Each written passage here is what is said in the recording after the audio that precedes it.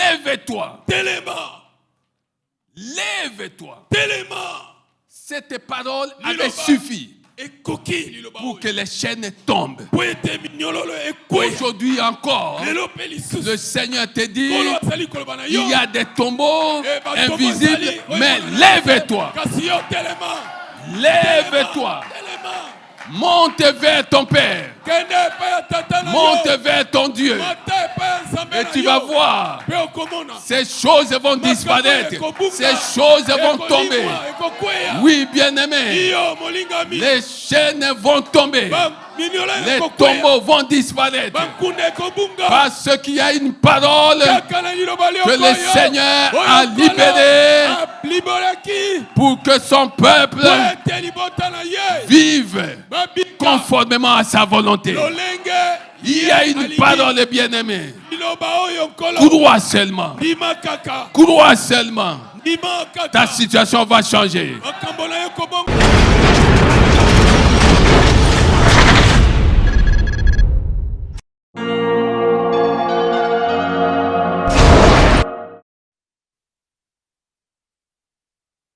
Nous sommes dans notre deuxième sous-thème de l'année.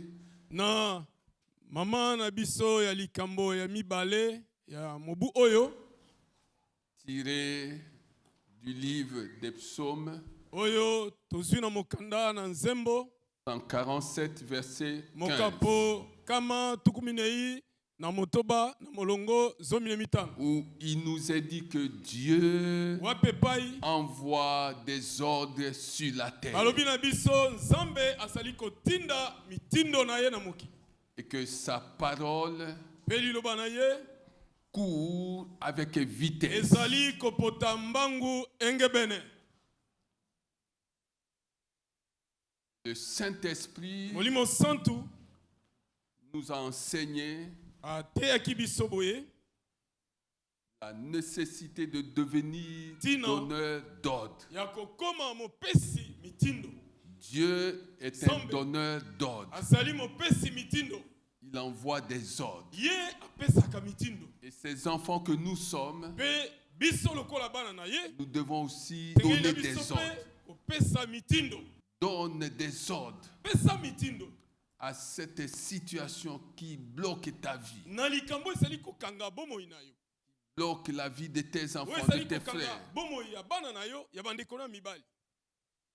Nous avons parlé, tu deviens donneur d'ordre.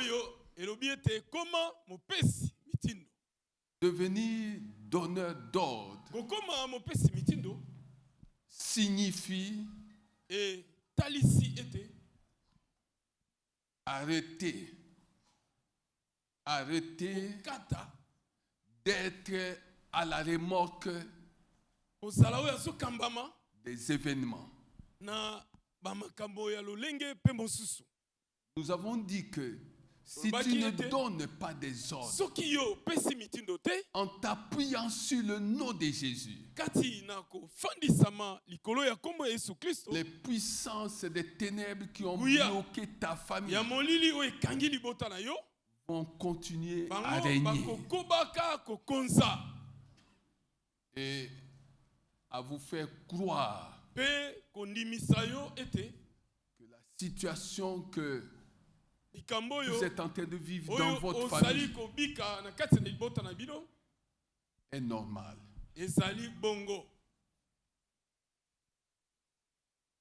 Deuxième chose, là je m'adresse à la jeunesse.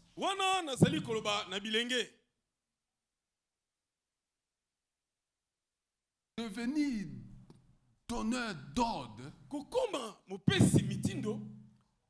signifie aussi se débarrasser de cette mentalité de croire que nous sommes nés pour être des sous-traitants.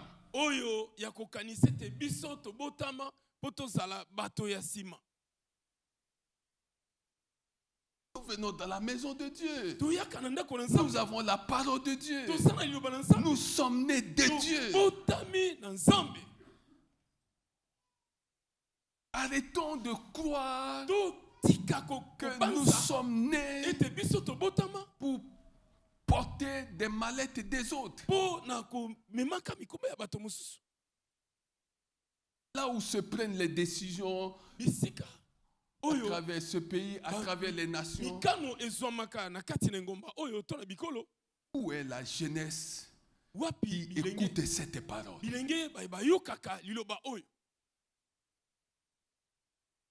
Devenir donneur d'ordre signifie arrêter de croire qu'on est né pour devenir des sous-traitants.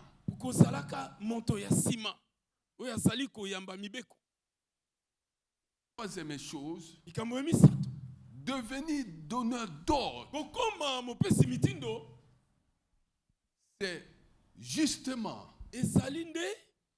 s'armer de la mentalité selon laquelle c'est nous qui sommes devenus des conducteurs.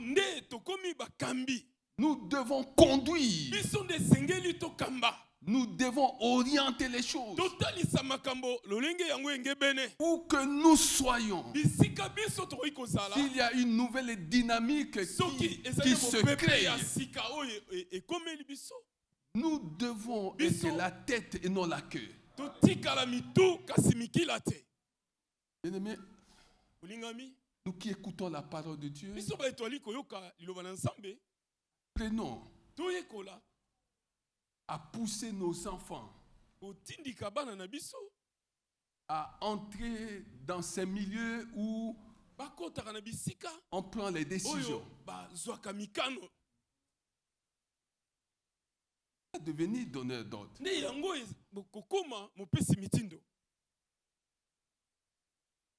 Ce que le Saint-Esprit nous enseigne.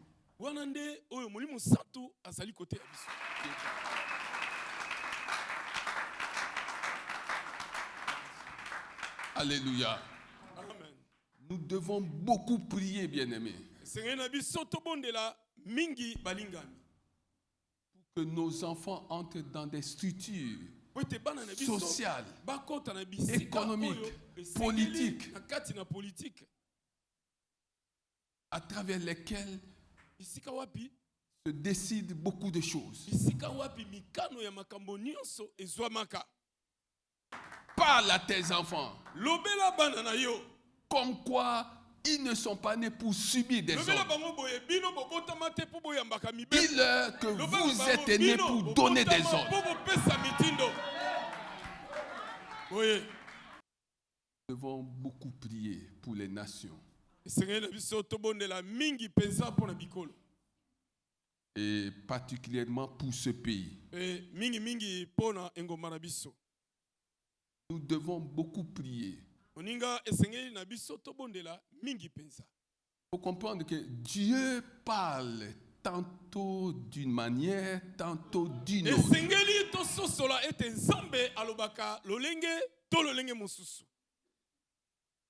Ce sous-thème nous a amené à un autre sous-thème.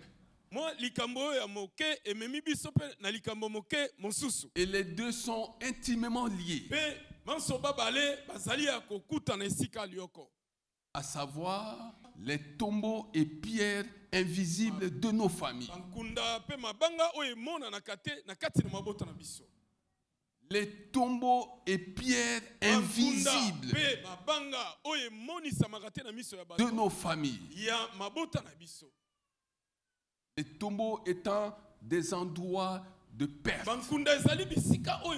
des endroits d'oubli, des endroits de déception, de désespoir. Ce matin, j'étais en train de prier. Et le Seigneur me dit, est-ce que tu comprends pourquoi je te parle de tombeau? J'étais amené à parler de ces choses.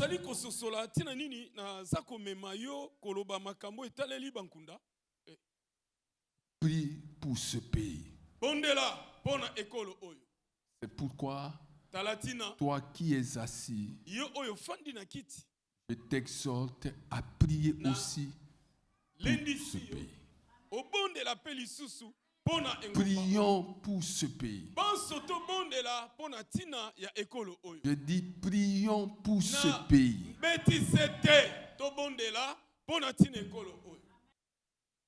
Prions aussi pour la Russie, pour l'Ukraine, pour tous ces pays en guerre. Nous sommes dans Jean 11, verset 4.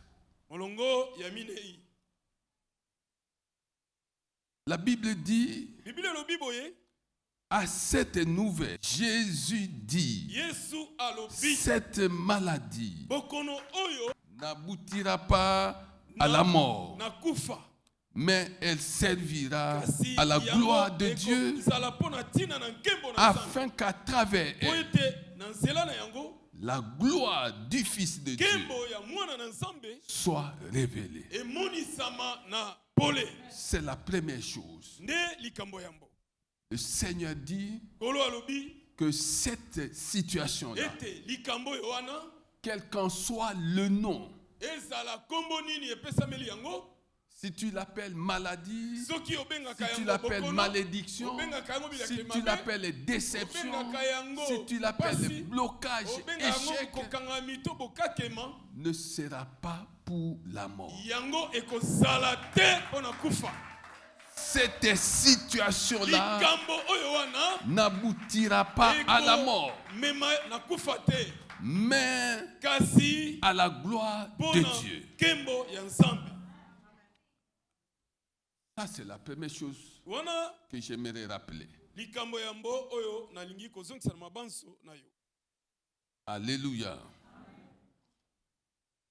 Deuxième chose, au verset 40. Ne t'ai-je pas dit que si tu crois, tu verras la gloire de Dieu. Aujourd'hui encore, bien-aimé, le Seigneur, le Saint-Esprit, parle à quelqu'un. Ne t'ai-je pas dit, si tu crois, tu verras la gloire de Dieu. Bien-aimé, la vie chrétienne repose sur la foi. La foi. Et la parole de Dieu dit que le juste vivra par la foi. La parole de Dieu dit aussi que nous ne marchons pas par la vue, mais par la foi. Nous marchons par la foi et non par la vue. Ce que tu crois, c'est ce que tu obtiens. C'est ce que tu reçois.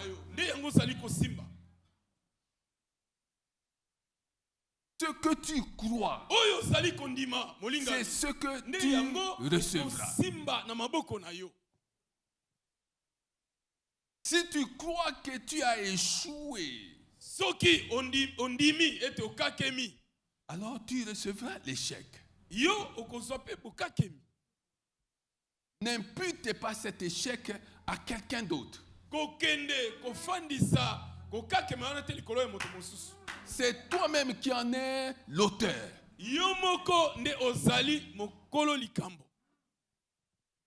Si tu crois que tu sortiras de cette situation, même si tu ne sais pas comment cela va-t-il t'arriver,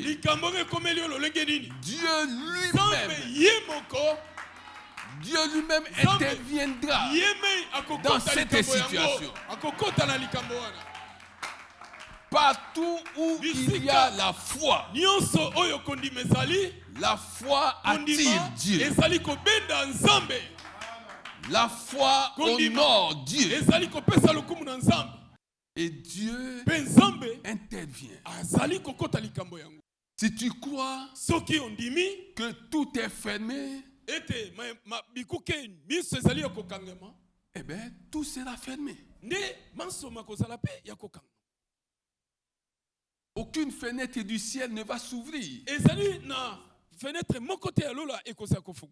Parce que toi-même, tu as déjà préparé ta situation. Ne t'ai-je pas dit?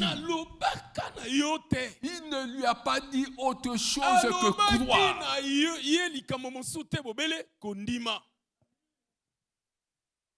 Crois, bien-aimé, que quelle que soit la longueur de la nuit des problèmes, le jour finira par se lever sur ta vie, sur ta maison, sur tout ce que tu fais. Crois que les situations que tu traverses ne te fassent pas croire que tout est fini. Alléluia. La deuxième adresse, Jean 20, verset 17. Jésus lui dit, ne me retiens pas, car je ne suis pas encore monté vers mon Père. Car je ne suis pas encore monté vers mon Père. Mais va trouver mes frères et dis-leur que je monte vers mon Père et votre Père, vers mon Dieu et votre Dieu. Ça, c'est la deuxième et meilleure adresse dont tu as besoin. Si tu as un problème, ne montez pas vers un prophète quelconque. Ne montez pas vers un bigoudi quelconque. Monte vers ton Père. Monte vers ton Dieu. C'est ça l'adresse, bien aimé. C'est ça la meilleure adresse. C'est l'adresse où tout change. Quand tu arrives à cet endroit-là, avec tes fardeaux, avec tes problèmes, on va te débarrasser de ces choses. Quand tu arrives à cet endroit, avec tes maladies, on va te débarrasser de ces choses.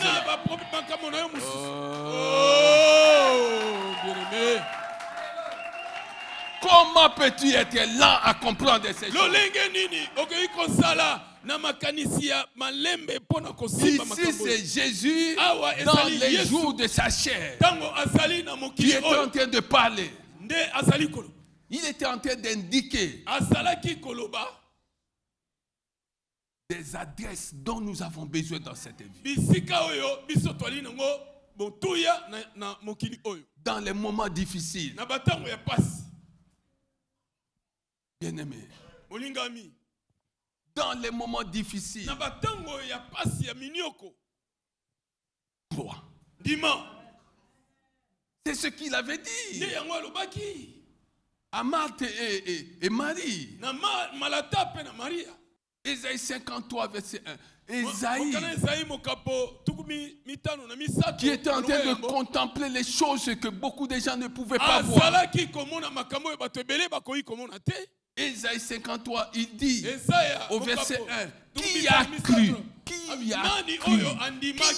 cru à notre prédication?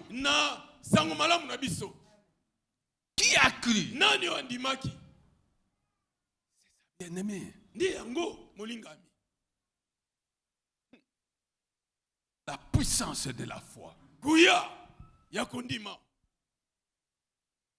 Bien-aimé, que ta vie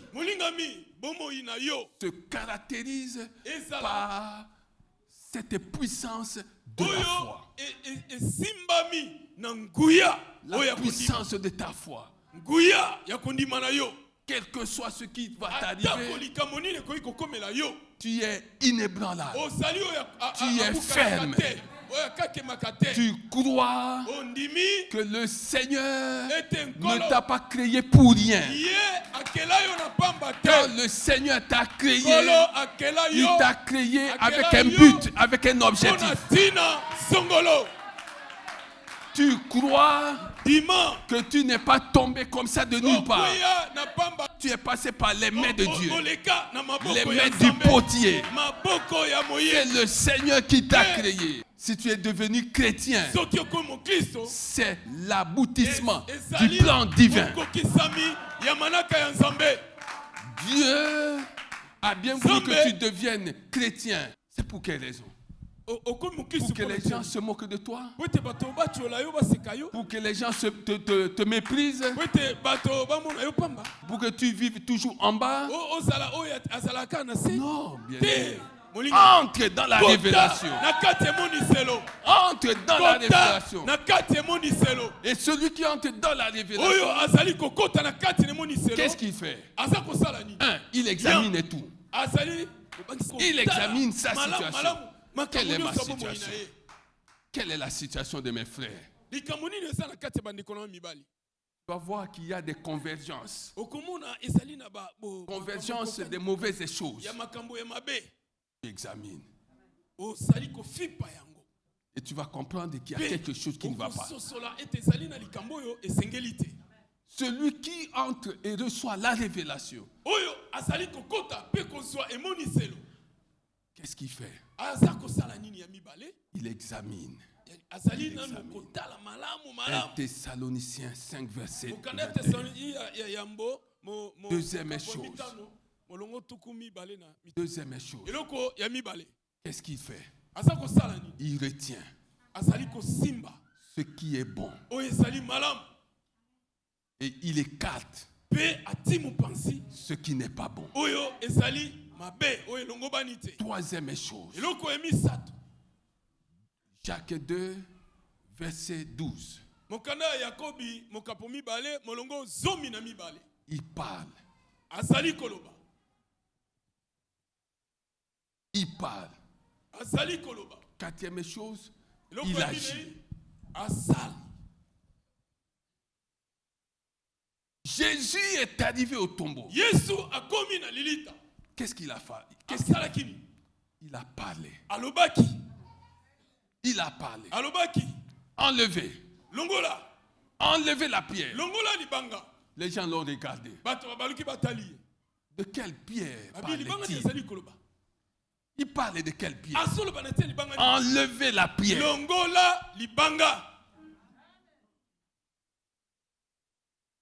Il y avait beaucoup de curieux.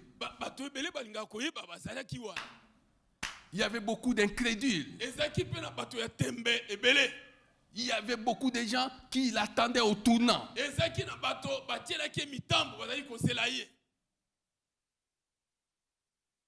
On a enlevé la pierre. Maintenant, on pouvait voir le mort qui gisait à même le sol. On pouvait le voir. Aujourd'hui encore, on peut voir dans ta famille des gens qui sont morts. Tu les crois vivants, mais ils sont morts. Spirituellement, ils sont morts. Mais tu ne comprendras jamais ces choses tant que tu n'as pas donné l'ordre que cette pierre invisible soit enlevée.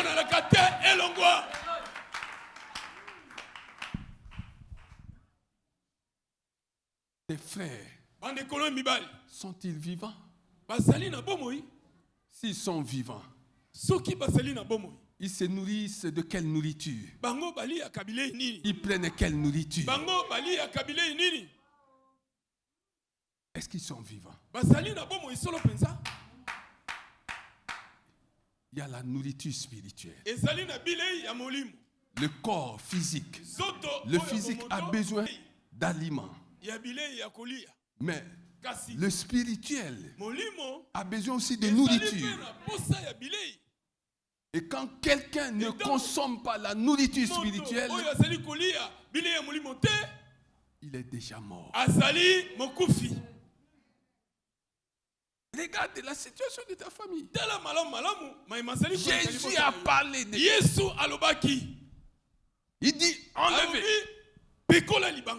Deuxième chose, parce qu'il était convaincu que les gens étaient en train de regarder.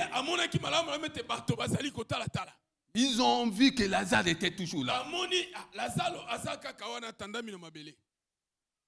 Maintenant, il dit Lazare, sors. Il n'avait pas été aidé par personne. Il n'a pas dit, autant il avait dit enlever la pierre. Les gens ont enlevé. Autant quand il s'agissait de Lazare qui devait sortir de cet endroit, il n'a pas dit aidez-le à sortir. Il a dit Lazare, sors.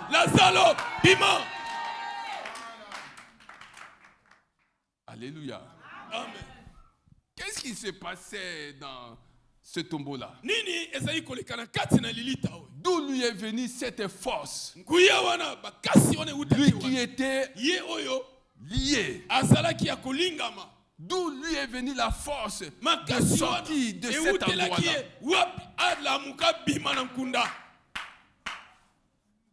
Imagine-toi un peu cette scène-là, comment elle s'est passée. Personne n'est entré dans ce tombeau. Lazare est sorti du tombeau à la faveur de la parole de vie. La parole de vie, la parole qui communique la vie, qui est sortie de la bouche de Jésus-Christ. Et c'est cette même parole que nous écoutons aujourd'hui. Qu'est-ce qu'elle te communique pendant que tu es en train d'entendre ces choses? Cette parole te communique quoi? Elle a communiqué la vie à un mort. Elle devait te communiquer plus que ça. Je parle à quelqu'un. Elle a communiqué la vie à un mort. Elle a communiqué la vie à une personne qui était liée. Cette même parole devait nous communiquer plus que ça. Oh, je parle à quelqu'un bien-aimé. Je parle à quelqu'un. Oui, bien-aimé. Sors de ce désespoir. Sors de ce désespoir. Sors de cette affliction. Sors de cette maladie. Sors, même si tu es couché. Sors de cette maladie. Sors de cette pauvreté. Sors, bien-aimé, de cette mort. Sors. Sors de ces blocages. Ça, c'est une parole qui communique la vie. Cette parole est tellement puissante qu'elle est certaine. Elle est certaine. Cette parole est certaine. Oh, je parle à quelqu'un. Cette parole est certaine. Crois seulement. Oui, bien-aimé. Sors. Lazare est sorti. Maintenant, il a continué à parler. Déliez-le. Déliez-le. C'est-à-dire qu'il est sorti lié. Lié de partout, mais il est sorti. Il est sorti lié. Quel que soit l'endroit où tu étais. Sors d'abord de cet endroit.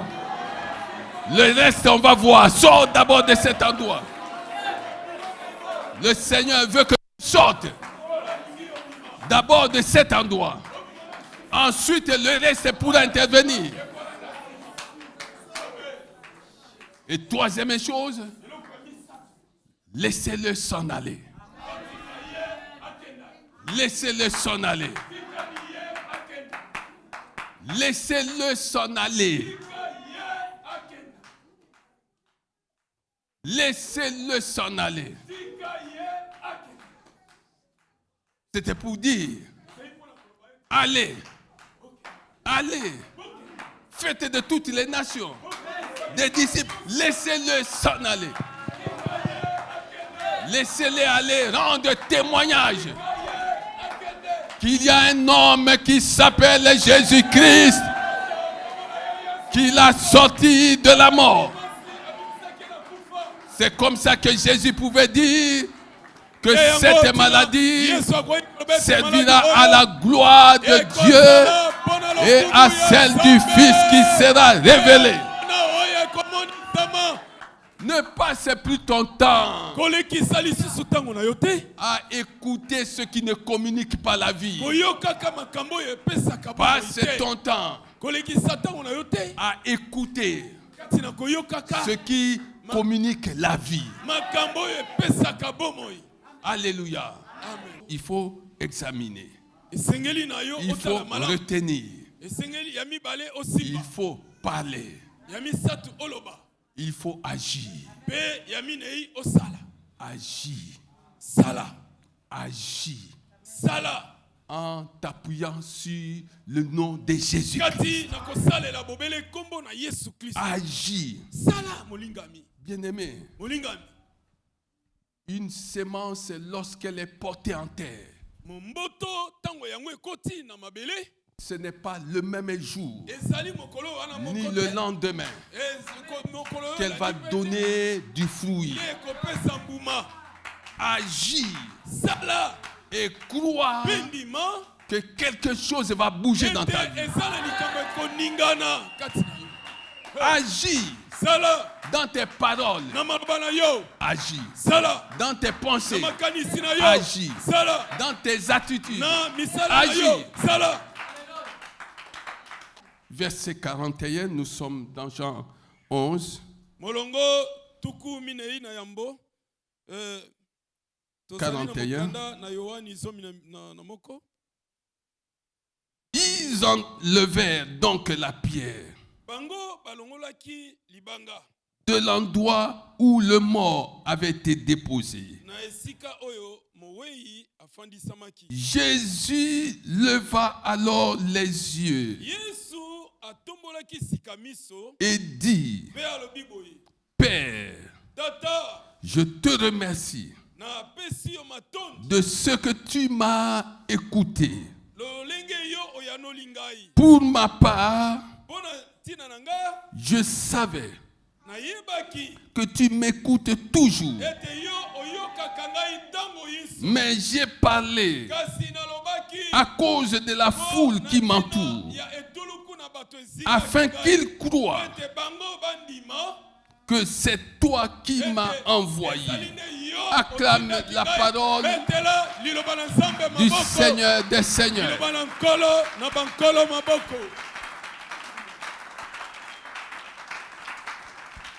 Alléluia. L'une des plus grandes bénédictions des enfants de Dieu, ce n'est pas la prière. L'une des plus grandes bénédictions, si pas la plus grande bénédiction des enfants de Dieu,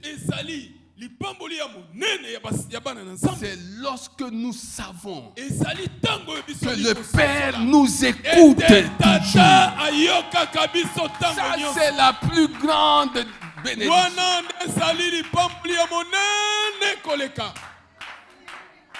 Oui, tu peux prier. Oui, nous devons prier.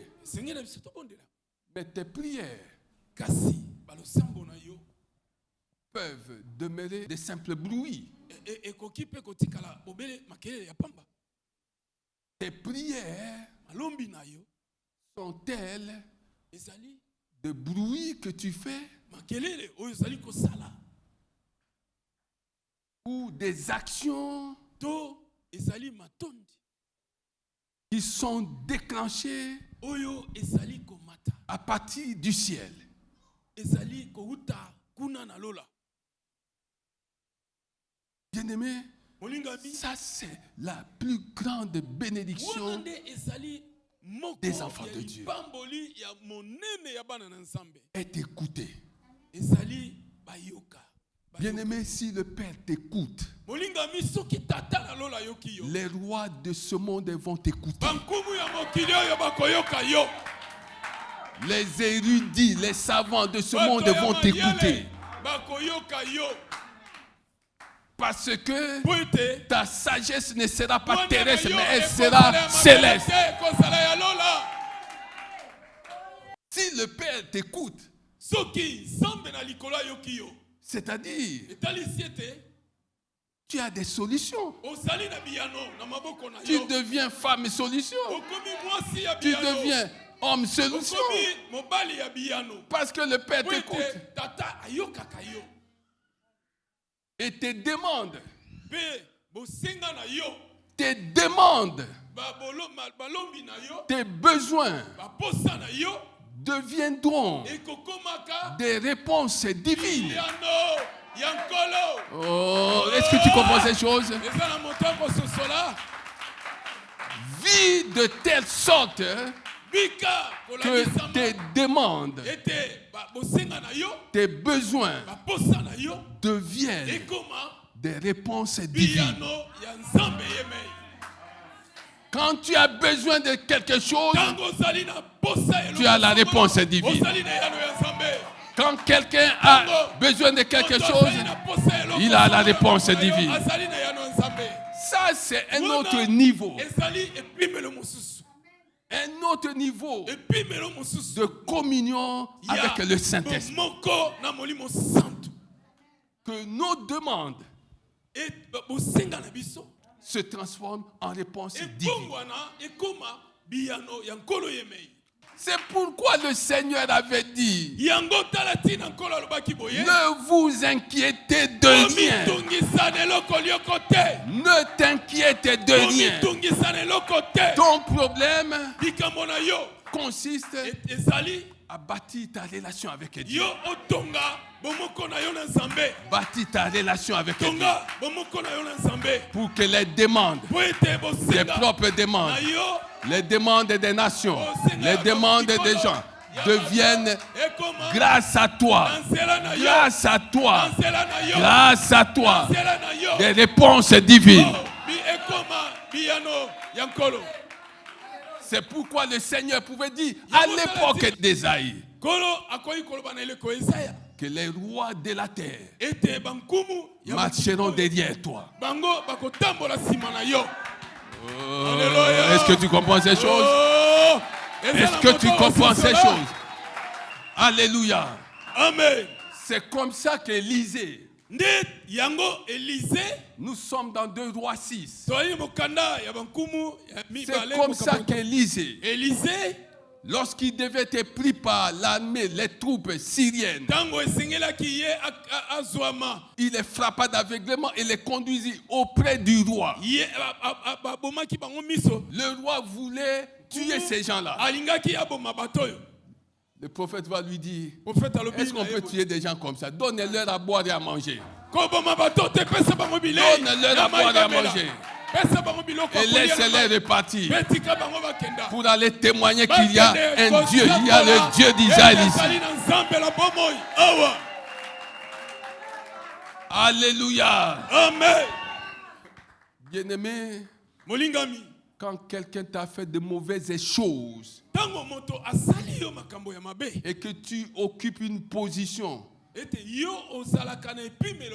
où tu peux décider de son avenir, n'oublie pas ce que le Seigneur dit. Le Seigneur dit: à moi, à moi, à moi, à moi la vengeance. Ne te vengez pas. Ne te venge pas, bien-aimé.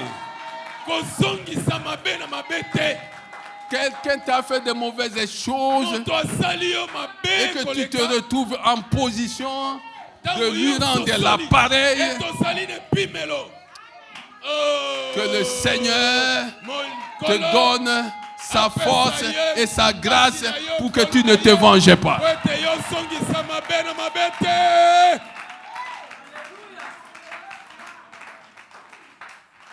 Pour ça, tu as besoin de la force divine.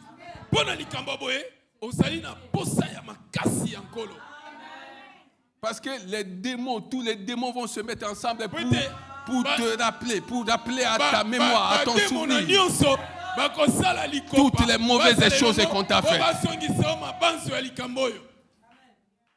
Celui qui passe son temps à se venger se diminue, se ridiculise.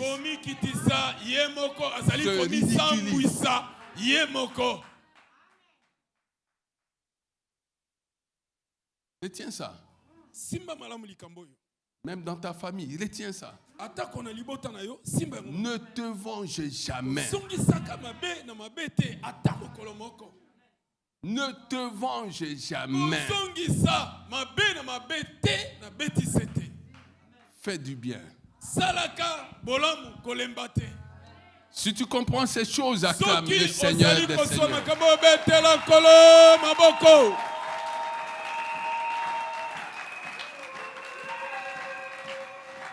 Alléluia. Oui, bien-aimé. Nous sommes dans Matthieu 4. Verset 12. Lorsqu'il apprit que Jean avait été arrêté, Jésus se retira en Galilée. Il quitta Nazareth et vint habiter à Capernaum, ville située près du lac, dans le territoire de Zabulon et de Nephtali, dans le territoire de Zabulon et de Nephtali, afin que s'accomplisse ce qu'avait annoncé le prophète Ésaïe. Territoire de Zabulon et de Nephtali, route de la mer, région située de l'autre côté du Jourdain. Galilée à la population étrangère. Écoute maintenant ces choses. Le peuple assis dans les ténèbres a vu une grande lumière. Le peuple assis dans les ténèbres a vu une grande lumière. Et sur ceux qui se trouvaient dans le pays de l'ombre de la mort, une lumière s'est levée. Acclame le Seigneur des Seigneurs. Acclame le Seigneur des Seigneurs. Acclame le Seigneur des Seigneurs.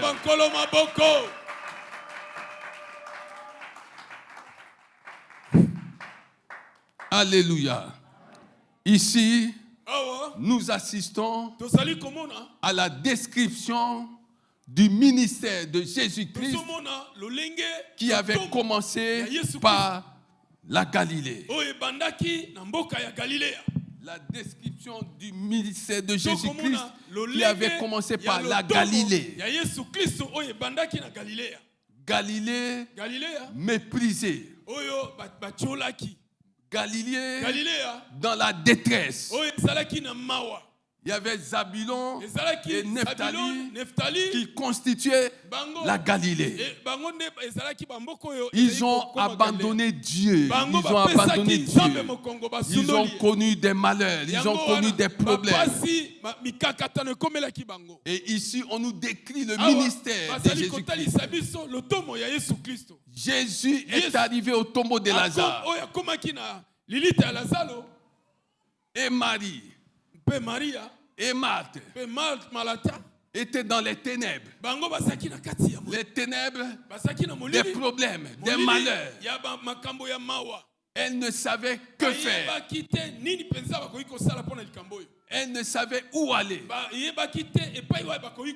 Mais la Bible dit, déjà à l'époque d'Ésaïe, et Jésus reprend cela en écho. Il dit, le peuple qui était assis dans les ténèbres de maladie, les ténèbres de malédiction, les ténèbres de blocage, les ténèbres d'échec, les ténèbres de pauvreté. Ce peuple a vu une grande lumière. Aujourd'hui encore, quel que soit le tombeau invisible de ta famille, quel que soit le tombeau et la pierre invisible de ta famille, le Seigneur annonce que ta famille va voir une grande lumière, que toi-même tu vas voir une grande lumière, et la lumière va chasser les ténèbres, la lumière va chasser les malheurs, la lumière va chasser des ratés de ta vie. Oui, bien-aimé, c'est une parole prophétique. Le peuple assis dans les ténèbres a vu une grande lumière, et sur ceux-là qui se trouvaient dans le pays de l'homme de la mort, une lumière s'est levée.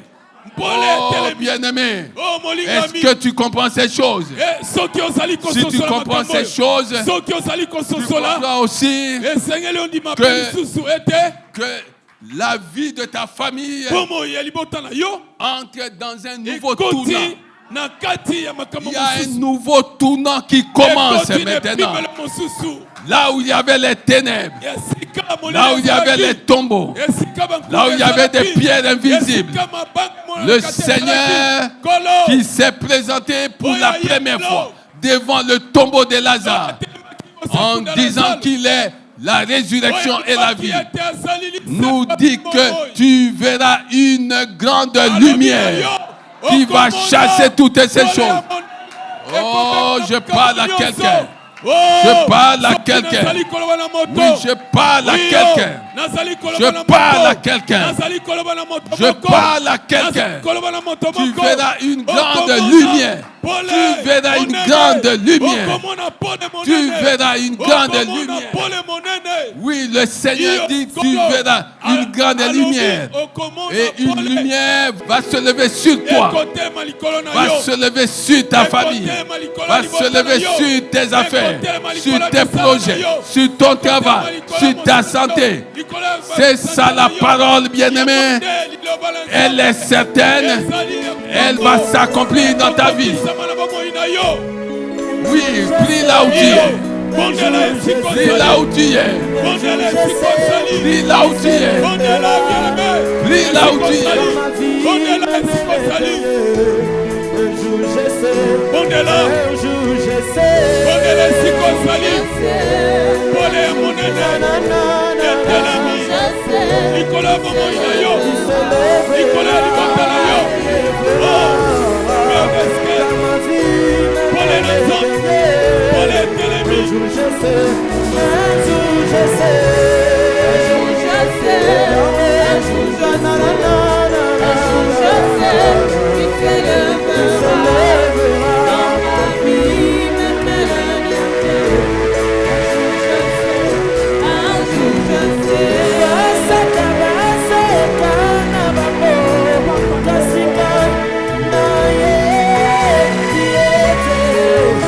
Moto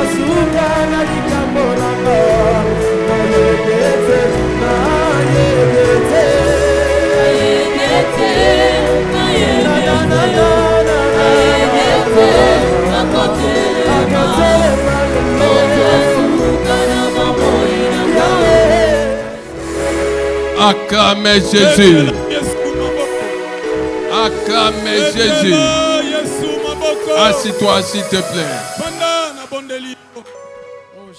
Le peuple qui était assis dans les ténèbres. En d'autres termes, là où il y a des tombeaux et pierres invisibles, nous devons garder foi en Dieu. Parce que s'il y a des tombeaux et des pierres invisibles, il y a aussi et surtout la lumière d'en haut. Il y en a un qui s'appelle la lumière du monde, la lumière d'en haut. Et son nom est Jésus-Christ. Son nom est Jésus-Christ.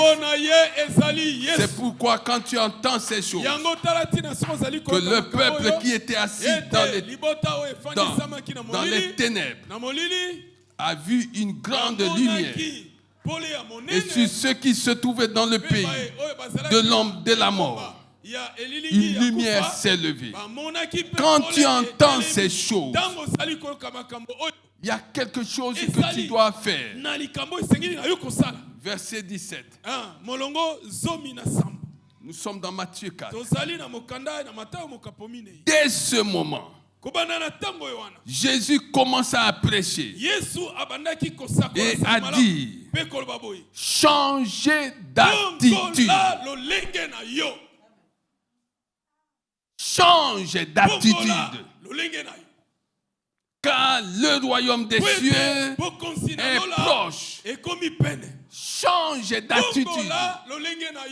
Dans ton regard, change d'attitude. Dans tes pensées, change d'attitude. Dans tes paroles, change d'attitude. Parce que le royaume des cieux s'est approché. C'est-à-dire que Dieu a décidé d'intervenir dans les affaires de l'homme.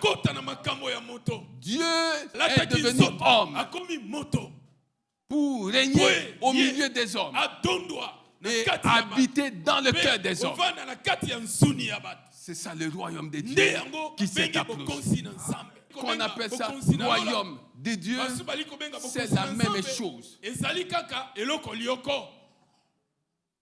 même chose. Alléluia.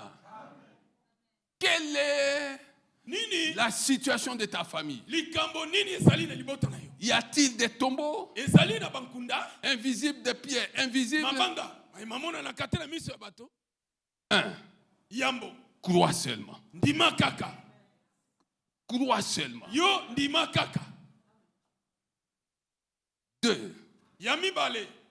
Sache que le Père va t'écouter. Et quand il va t'écouter, les tombeaux là, les pierres là, vont aussi t'écouter. Et cette fois-ci, quand ils vont t'écouter, ils sauront que cette fois-ci, ce n'est pas la même personne qu'ils écoutent, mais c'est une personne qui dépend de Dieu. Alléluia. Amen. Une lumière s'est levée. À l'époque de Saul de Tarse, devenu l'apôtre Paul. Nous sommes dans Acte 9. Au verset 1, on nous dit qu'il respirait toujours la menace. Et le meurtre contre les disciples du Seigneur. Au verset 3, on nous dit, comme il était en chemin et qu'il approchait de Damas, tout à coup, une lumière qui venait du ciel resplendit autour de lui. Et quand cette lumière resplendit autour de lui, ces mauvaises pensées disparaissent. Ces mauvaises pensées, bien-aimés, il n'avait plus le contrôle de ces mauvaises pensées. Parce que la lumière d'en haut est descendue.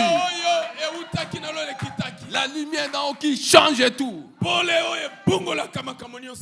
Cet homme mauvais est devenu le grand prédicateur de l'évangile. C'est pourquoi, bien-aimé, même dans ta famille, ne désespère personne. Parle et agis. Parle et agis. Ne maudis personne. Ne dis à personne que toi tu ressembles seulement à ton oncle là. Regarde, tu seras donc ta fin, ce sera pareil à la fin de ton oncle. Le fruit de nos paroles. Fais attention.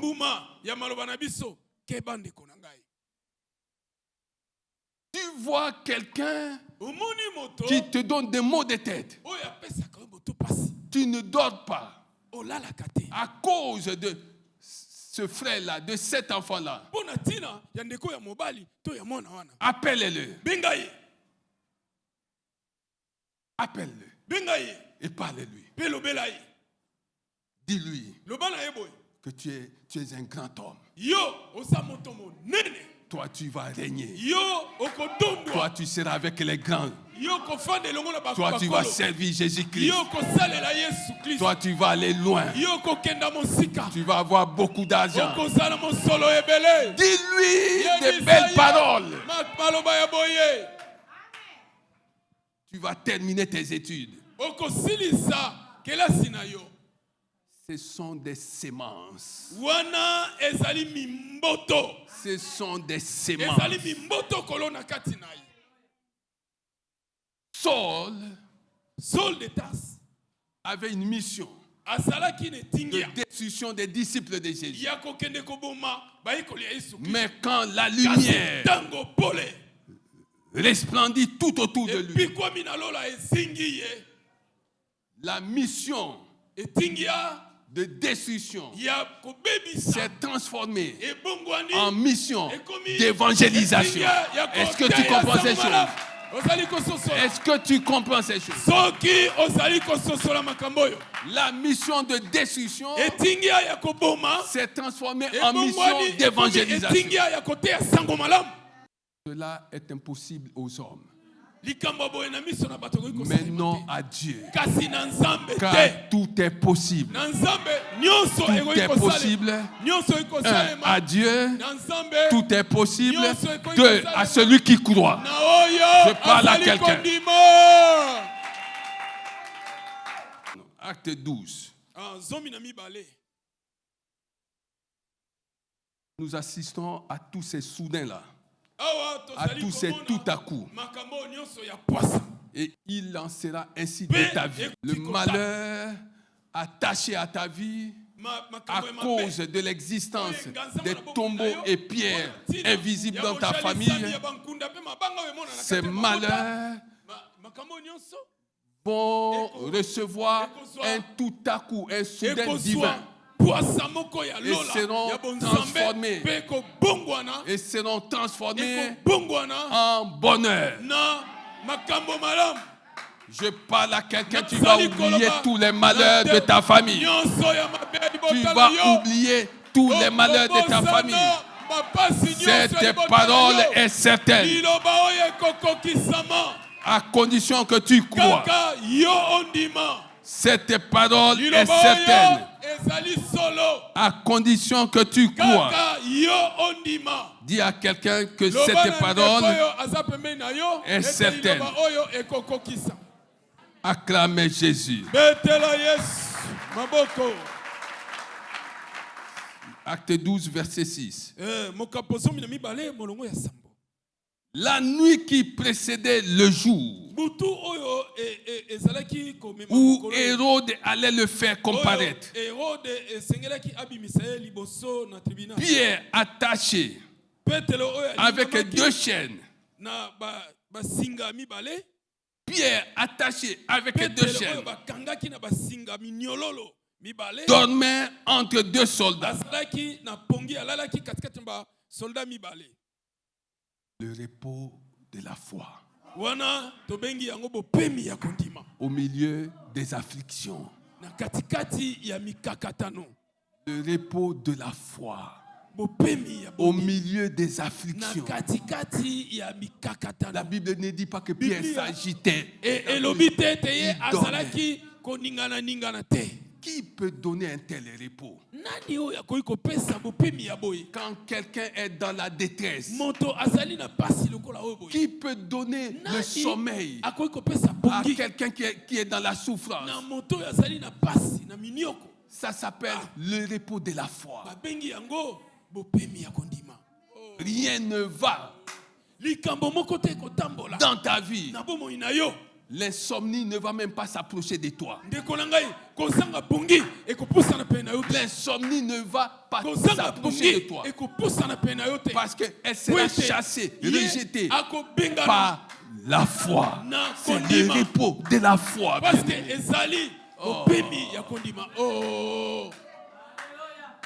Tu ne sais quoi faire. Comment tu vas payer le Minerva de tes enfants? Comment tu vas payer le loyer? Comment tu vas manger? Mais que les gens te trouvent en train de ronfler de sommeil. Tu dors du sommeil du juste. Le repos de la foi, bien-aimé.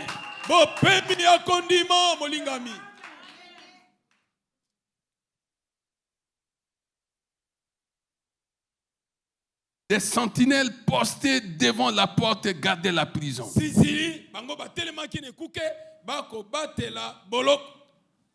La Bible dit soudain. À l'époque de Saul de Tarse, la Bible parle de tout à coup. Et la même chose ici. La Bible dit soudain, tout à coup. Un ange du Seigneur survint et une lumière resplendit dans la cellule. L'ange réveilla Pierre en le frappant au côté et lui dit: lève-toi vite. Lève-toi vite. Lève-toi vite. Les chaînes tombèrent de ses mains. Écoutez ces choses, bien-aimés. La parole d'un ange en mission était une parole de vie, une parole d'autorité. Lève-toi. Lève-toi.